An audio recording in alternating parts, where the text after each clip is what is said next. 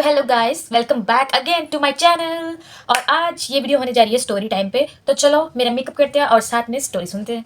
Let's get started. तो ये story शुरू होती है 2025 में, जब मैं एक इंस्टीट्यूट में एडमिशन लेने गई थी। और वहाँ पर मैं मिली एक ऐसी लड़की से जिसने मेरे पैसे चुरा लिए। अब मैं उसका नाम नहीं लूँगी क्योंकि आई डोंट वांट टू, मुझे किसी का नाम नहीं लेना। बट मुझे पता था कि वो जो पैसे थे मेरे, वो उसी ने चुराया है। और कैसे पता था ये तुम लोगों को आगे वीडियो में पता चलेगा। तो बने रहो वीडियो में और देखते रहो। तो होता कुछ ऐसा है कि मैं एक दिन अपनी क्लासेस में जाती हूँ। मैं आपको स्टार्टिंग से नहीं बता रही, मैंने जैसे कि बताया कि मैंने एक क्लास ज्वाइन की थी। और मैं क्लास का नाम भी नहीं लूँगी और ना ही मैं ये बताऊँगी कि मैं क्या कर रही हूँ ये वो। बट मैंने एक क्लासेस ज्वाइन की थी और वहाँ पर मेरे बहुत सारे बैचमेट थे और बहुत अच्छे थे, सबके सब बहुत अच्छे थे। और बट होता है कि एक जो टाइम ख़राब होता है ना, तो बात ऐसी थी कि एक दिन मैं लेट हो गई। एक्चुअली मैं रोज़ ही लेट होती थी, मैं इतनी लेट हूँ ना कि मैं रोज़ ही लेट हो जाती थी। और मुझे कोई बिठाता नहीं था अपने साथ अपनी सीट पे।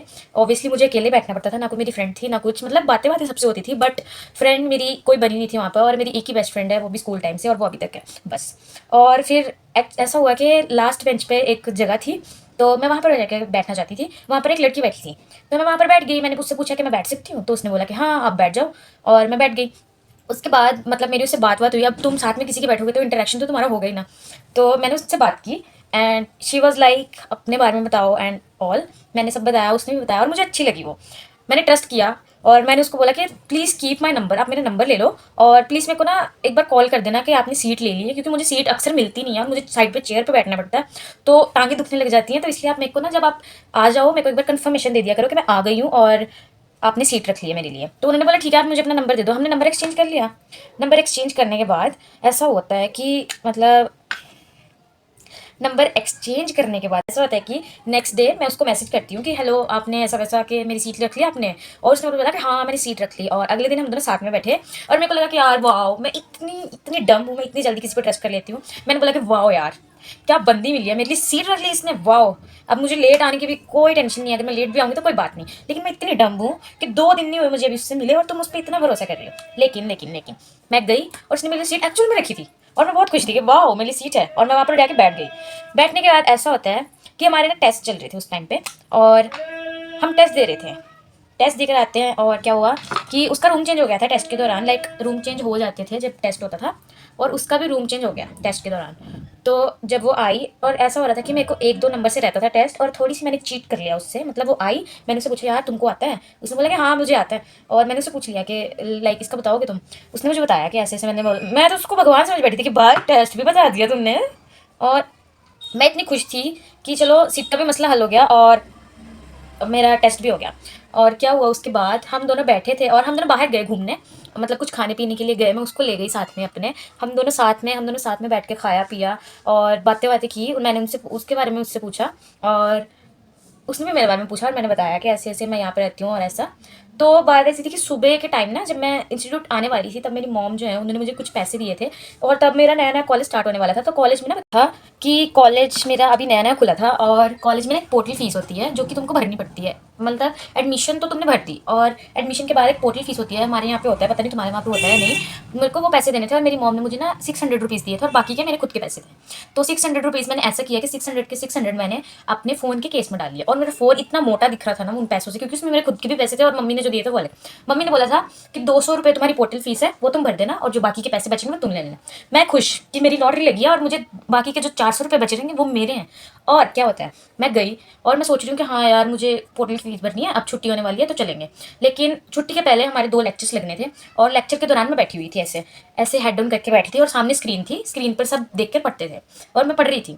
और अचानक मेरा फ़ोन ना मेरे बगल में पड़ा था और अचानक ऐसा हुआ कि उस फ़ोन के ना, मेरे फ़ोन के पीछे फिंगरप्रिंट था और उसमें से नोट जो नज़र आ रहे थे काफ़ी ज़्यादा। और फ़ोन वैसे भी मोटा हुआ था, सबको पता है कि फ़ोन में पैसे वैसे होंगे।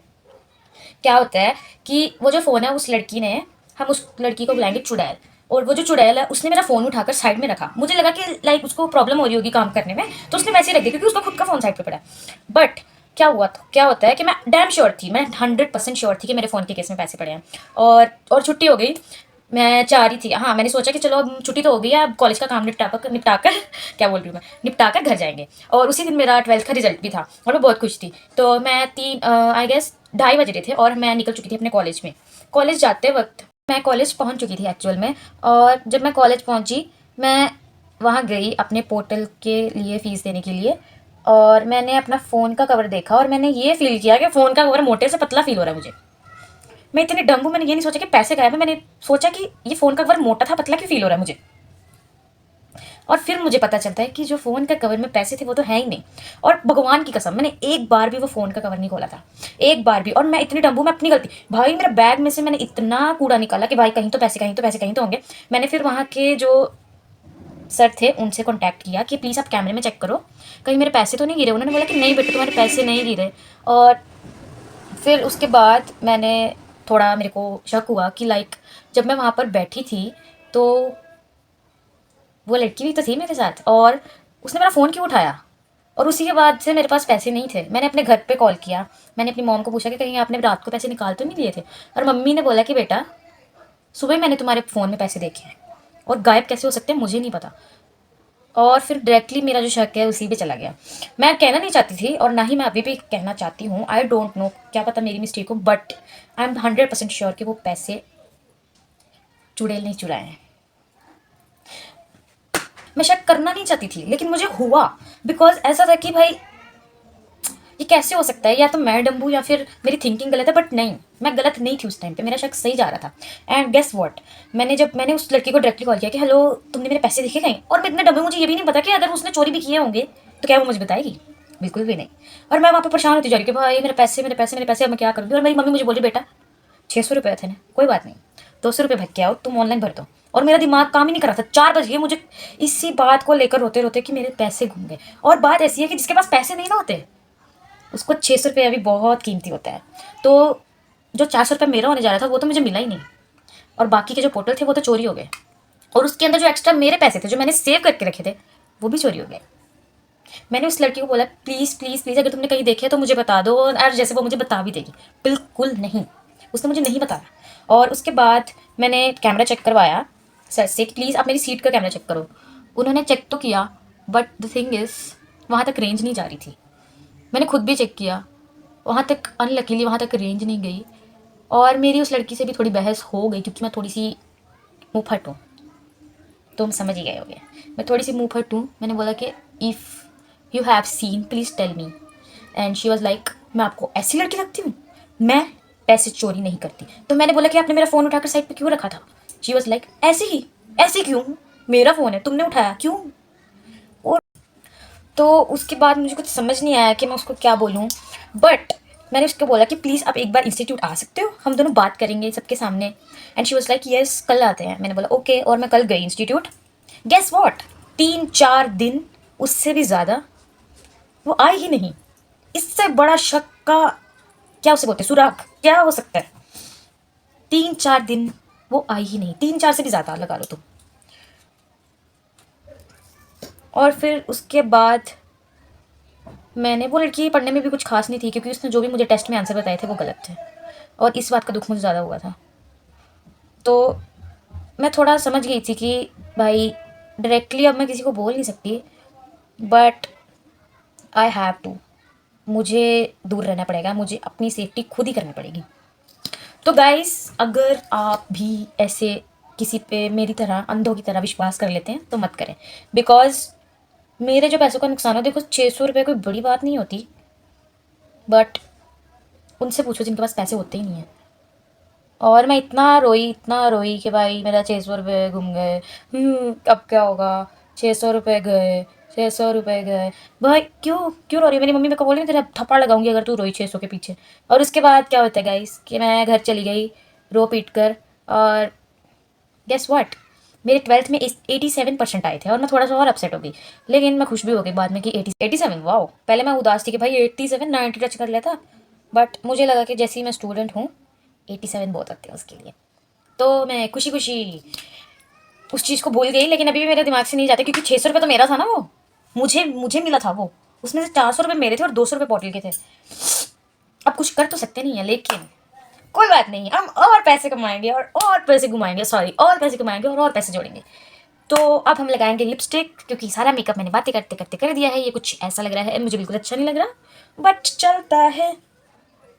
तो चलो अब लगाते हैं लिपस्टिक और वीडियो को समाप्त करते हैं। ओनली दिस टाइम मैं चुप रह सकती हूँ, वरना मैं कभी चुप नहीं रहती गाइस।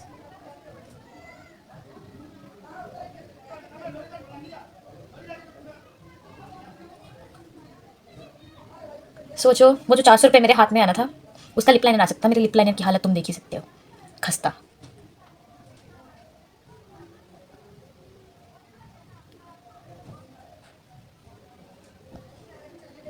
तो गाइस अब मैं यही कहना चाहूँगी कि अगर तुम लोग भी कहीं जाते हो, प्लीज़ किसी पे ब्लाइंडली ट्रस्ट मत करो, बिकॉज ये ज़माना ट्रस्ट करने के लिए नहीं है अब। ये बहुत बिगड़ चुका है और हालत बिगड़ चुकी है, और ट्रस्ट करना बहुत बहुत बहुत मुश्किल हो चुका है। So if you trust, be careful who you trust. Oh क्या प्रिटी कलर है भाई, हर बार फैल जाता है। कितना भी अच्छे से लगा लो भाई, फैलना तो है।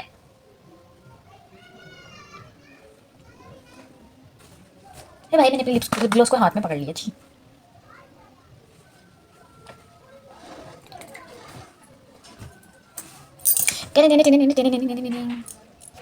ये थी हमारी स्टोरी टाइम। और बताना आप भी अगर आपकी कोई ऐसी स्टोरी है, हम उसको देखेंगे और भी ज़्यादा स्टोरियाँ बनाएंगे गाइस। अगर आपको पसंद आई, do let me know in the comment section that you like the story time. और अगर तुम्हें और स्टोरी टाइम चाहिए तो मुझे कमेंट करना नहीं भूलना कि तुम स्टोरी टाइम लाओ। Okay bye bye guys.